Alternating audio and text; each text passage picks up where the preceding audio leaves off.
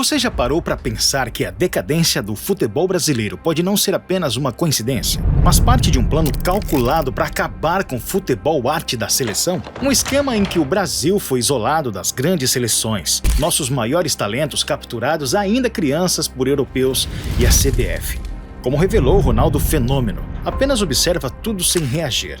O sistema hoje no futebol, na CBF, ele é um sistema feito para quem está lá sentado na cadeira, assistindo, não tem como se manter. Então é uma espécie, inclusive, de terrorismo.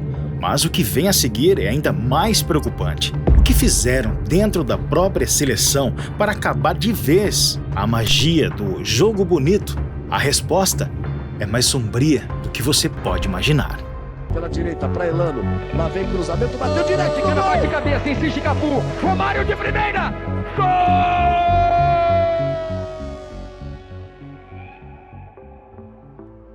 O jogo bonito não era só um jeito de jogar, era a alma da seleção brasileira. Mas algo impensável aconteceu. Essa magia começou a se desfazer. Como um futebol tão cativante que hipnotizava o mundo virou algo tão comum e sem vida. Essa identidade única começou a ser construída lá atrás, nas décadas de 1940 e 1950. Foi quando o Brasil decidiu que o futebol não seria apenas sobre ganhar, mas sobre encantar. Dribles, improvisação e jogadas brilhantes passaram a definir o país dentro de campo. Enquanto os europeus insistiam num futebol travado, preso a táticas rígidas, os brasileiros quebravam essa lógica, apostando na liberdade criativa. Nomes como Zizinho, Bellini e Nilton Santos moldaram esse estilo inconfundível, que logo virou exemplo para o mundo. O ponto alto veio nas Copas do Mundo, quando a seleção brasileira não apenas vencia, mas fascinava o planeta. O Brasil comandava o jogo.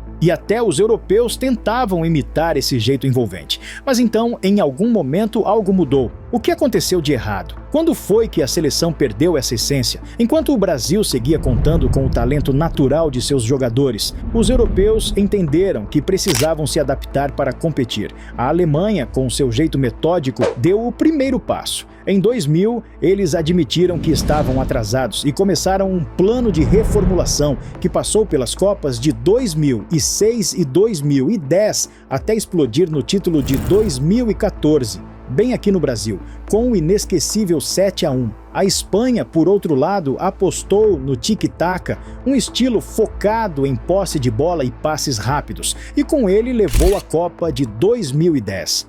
Já a França colheu os frutos de um trabalho iniciado em 1998, investindo em academias e na busca por talentos, especialmente com escolinhas na África. Numa ironia amarga, as seleções europeias estudaram o Brasil, mas o Brasil, teimoso, não quis aprender com elas. Enquanto Alemanha, Espanha e França atualizavam suas estruturas com planejamento, método e organização, o Brasil ficou preso no passado. E foi aí que os europeus deram o golpe final. Blindaram a seleção brasileira, evitando amistosos como parte de um plano para enfraquecê-la de vez.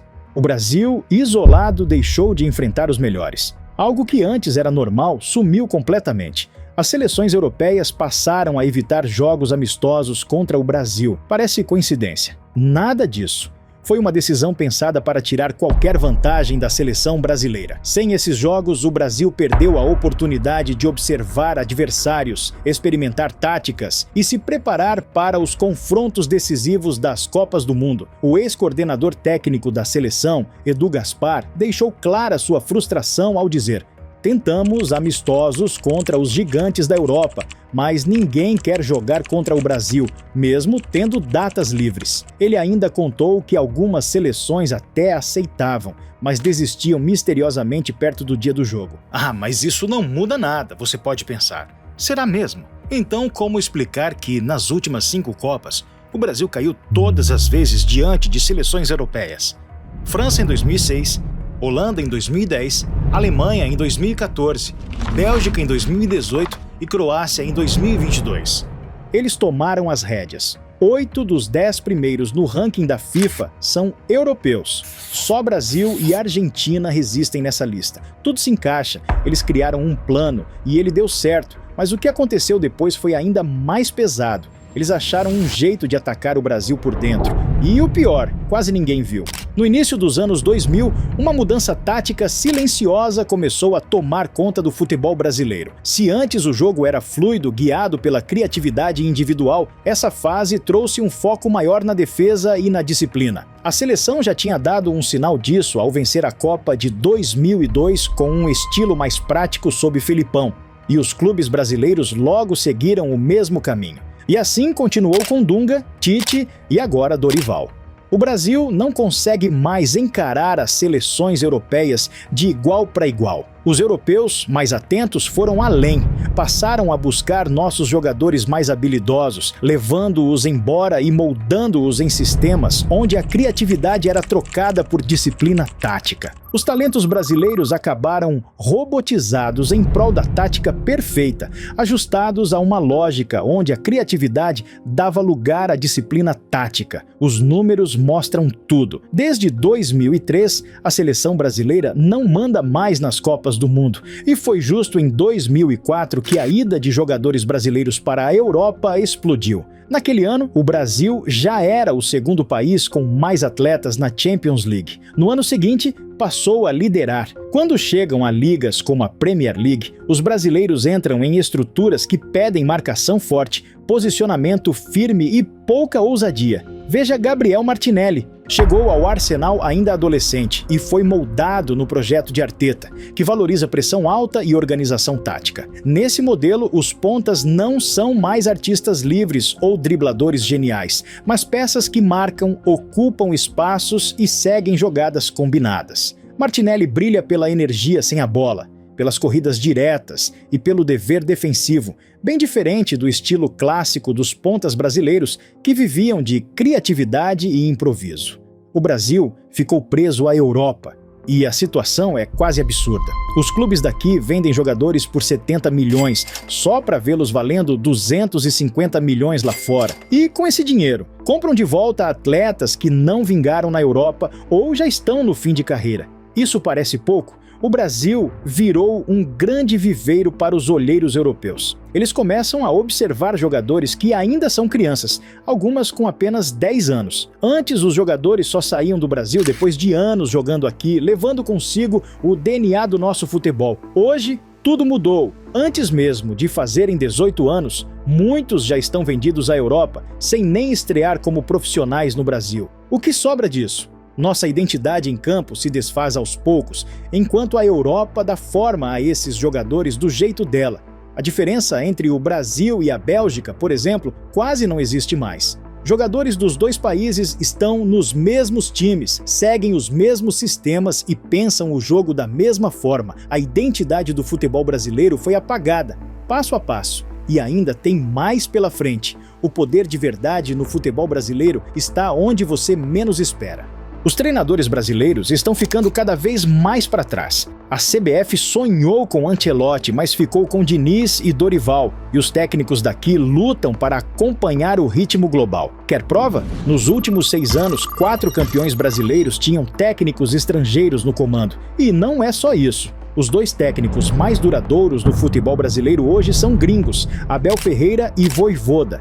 Em 2025, dos 20 clubes da Série A, 9 têm estrangeiros no comando. Isso não é só uma onda, é um controle quase total. E quem está por trás desse caos? A CBF. Entre 1989 e 2017, a entidade teve só 3 presidentes, todos envolvidos em denúncias de corrupção. Agora, Ronaldo Fenômeno tenta chegar à presidência da CBF, mas encontra uma barreira invisível. Uma força imensa age nos bastidores para manter qualquer um de fora do grupo longe do poder. Isso não é por acaso. A CBF foi feita para manter o controle nas mãos de poucos. Ronaldo deixou isso claro numa entrevista. O sistema da CBF só pensa em quem já está lá. Eles escolhem os candidatos e dificultam qualquer um que não seja do grupo. Nunca houve uma eleição com 2 nomes na história da CBF. Sempre há um jeito de bloquear quem vem de fora, mas o golpe mais baixo acontece fora de vista. Para uma chapa nova concorrer, ela precisa do apoio de 4 federações estaduais e 4 clubes. O problema? As federações dependem do dinheiro da CBF. Se uma delas apoiar alguém fora, a CBF pode cortar os repasses. Em poucos meses, essa federação afunda. Como Ronaldo disse, o jogo já começa decidido. Se uma federação apoiar um candidato de fora e ele perder, ela pode ser sufocada financeiramente até sumir. E o que acontece? Ninguém ousa enfrentar o sistema. É assim o futebol brasileiro fora de campo. Os jogadores saem cedo demais, os clubes perdem força, os treinadores brasileiros ficam ultrapassados e a CBF segue cuidando só de si mesma. No fim, o Brasil perdeu sua alma no futebol. Mesmo assim, o Brasil ainda gera talentos capazes de mudar tudo. Um deles é o filho de Robinho, que está sendo preparado por Neymar no Santos. Quer ver do que esse garoto é capaz? Clique no vídeo à direita e se surpreenda.